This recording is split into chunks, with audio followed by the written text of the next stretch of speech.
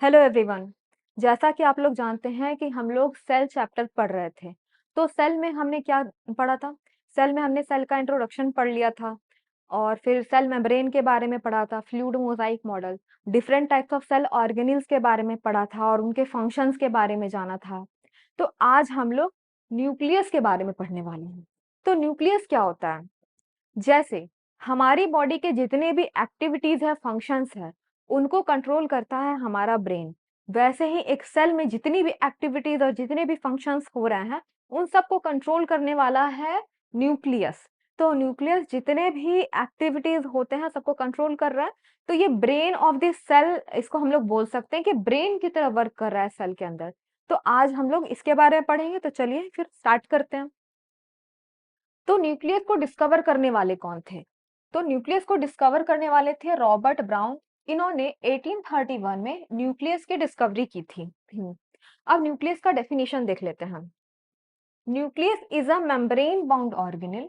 ये एक membrane bound organelles है जो कि यूकैरियोटिक सेल्स में प्रेजेंट होते हैं। ये स्फेरिकल शेप के होते हैं या आप बोल सकते हैं ये ओवल शेप्ड होते हैं। ये रहा हमारा न्यूक्लियस का स्ट्रक्चर। तो आप इस फिगर में देख सकते हैं कि ये इसका शेप कैसा है। ये ओवल शेप्ड का है, स्फेरिकल है। और इसमें देखिए आप, ये मेम्ब्रेन बाउंड सेल ऑर्गेनेल्स है, मेम्ब्रेन प्रेजेंट है।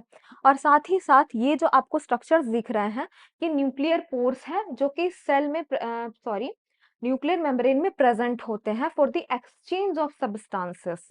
और न्यूक्लियस के अंदर हमारे दो स्ट्रक्चर्स जो दिख रहे हैं, ये है न्यूक्लियोलस और ये है क्रोमेटिन मटेरियल। तो इसके बारे में हम लोग आगे पढ़ते हैं। अभी हम लोग न्यूक्लियस देखते हैं। हमारा जो न्यूक्लियस है वो सेल के सेंटर में यूजुअली प्रेजेंट होता है। देखिए ये क्या है, ये हमारा एक सेल है। ये इसका बेसमेंट मेम्ब्रेन है, ये इसका बेसमेंट मेम्ब्रेन है। तो न्यूक्लियस की टेंडेंसी होती है कि ये बेसमेंट मेम्ब्रेन की तरफ इसका झुकाव ज्यादा होता है, थोड़ा सा झुकाव इसका बेसमेंट मेम्ब्रेन की तरफ होता है। लेकिन अगर न्यूक्लियस बेसमेंट मेम्ब्रेन से दूर जा रहा है तो ये सेल को कैंसरस स्टेज की तरफ इसका शो कर रहा है कि सेल हमारा जो है वो कैंसरस स्टेज की तरफ बढ़ रहा है। ये कैंसरस फीचर्स को शो करता है अगर ये आपका न्यूक्लियस जो बेसमेंट मेम्ब्रेन से दूर जा रहा है। न्यूक्लियस के बेसमेंट मेम्ब्रेन के नजदीक रहने को बसल पोलैरिटी बोलते हैं। तो देखिए आगे देखते हैं। All body cells have nucleus except mature RBC. हमारे बॉडी में हर जगह न्यूक्लियस प्रेजेंट होता है, हर सेल्स में प्रेजेंट होता है। एक एक्सेप्शन है कि ये मैच्योर्ड आरबीसी में प्रेजेंट नहीं होता है। अब इसका फंक्शंस देख लेते हैं।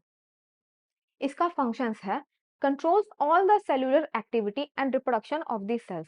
अभी मैंने बताया था ना, ये सेल के अंदर जितनी भी सेलुलर एक्टिविटीज हो रही हैं, देखिए different types of cell organelles थे ना, ये भी सेल ऑर्गेनेल है लेकिन और भी सेल ऑर्गेनेल्स से एंडोप्लाज्मिक रेटिकुलम, माइटोकॉन्ड्रिया। हमने पढ़ा था कि सारे सेल ऑर्गेनेल्स का अलग अलग काम है, काम बटा हुआ है सेल के अंदर हर सेल ऑर्गेनेल्स का। तो वैसे ही ये सबको कंट्रोल करने वाला कौन है? हमारा न्यूक्लियस। खासकर न्यूक्लियस के अंदर जो जेनेटिक मटेरियल प्रेजेंट होता है वो सारे फंक्शंस को कंट्रोल करते हैं और साथ ही साथ रिप्रोडक्शन ऑफ द सेल को भी करते हैं कंट्रोल।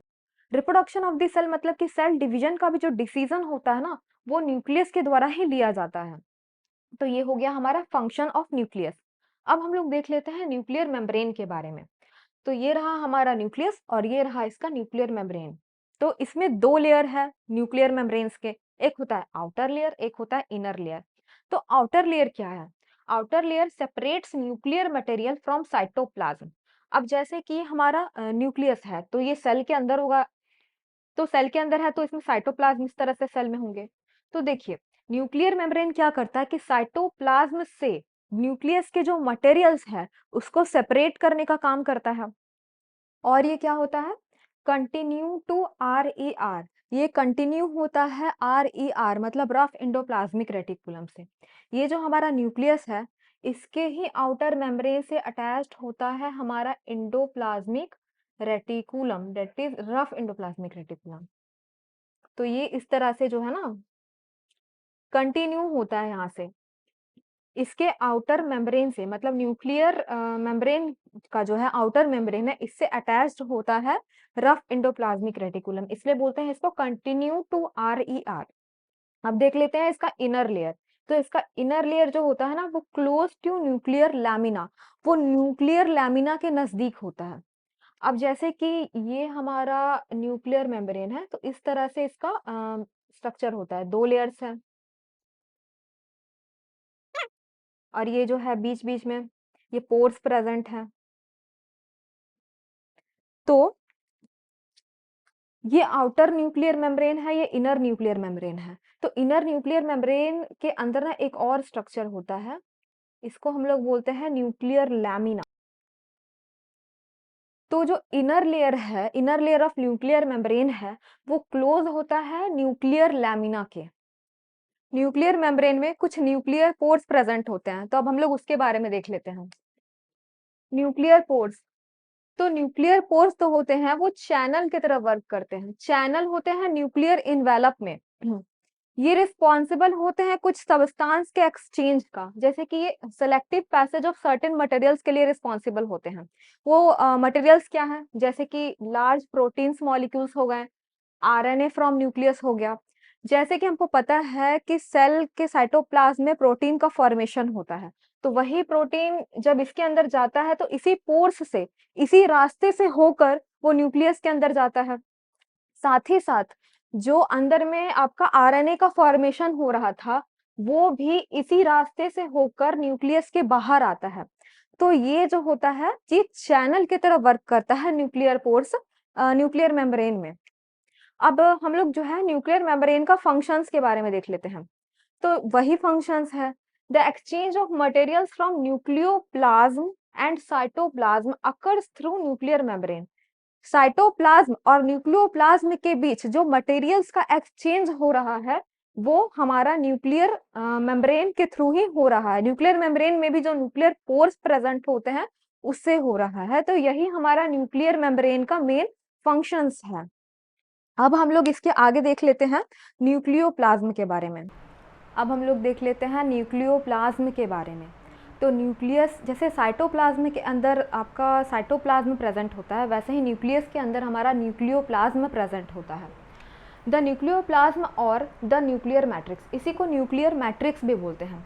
तो द न्यूक्लियोप्लाज्म और the nuclear matrix is a gel like ground substance. ये जेल लाइक ग्राउंड सबस्टांस होता है जो कंटेन करता है large quantity of genetic material. Large quantity of genetic material इसमें होता है in the form of DNA।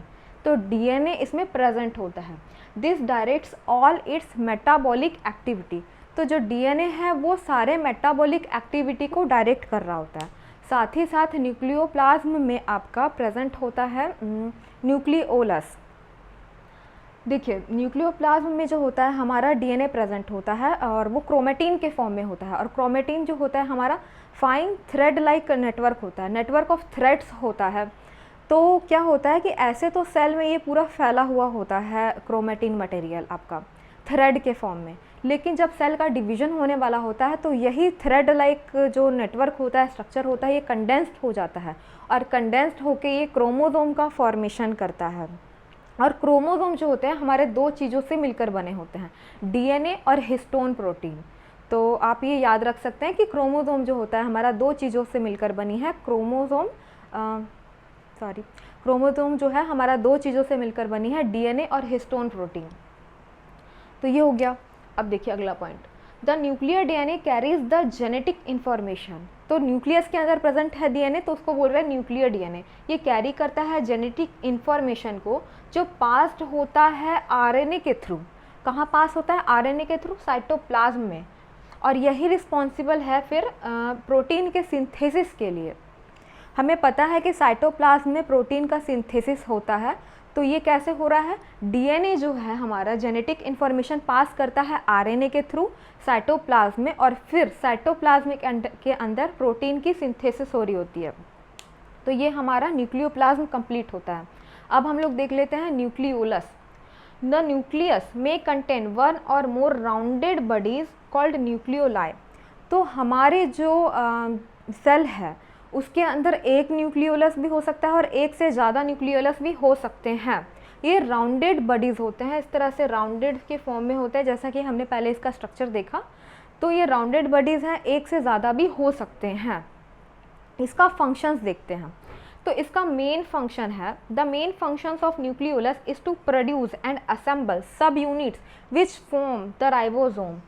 ये जो होता है प्रोड्यूस करता है और असेंबल करता है ऐसे सब यूनिट्स का जो आपका असेंबल होकर राइबोसोम का फॉर्मेशन कर रहा होता है। और हमारा राइबोसोम क्या होता है? ये protein factory of the cell है, जो साइटोप्लाज्म के अंदर प्रोटीन का सिंथेसिस करता है। तो इसी के साथ हमारा जो है आज का टॉपिक कंप्लीट होता है। अब हम लोग मिलते हैं नेक्स्ट वीडियो में। That's all, thank you.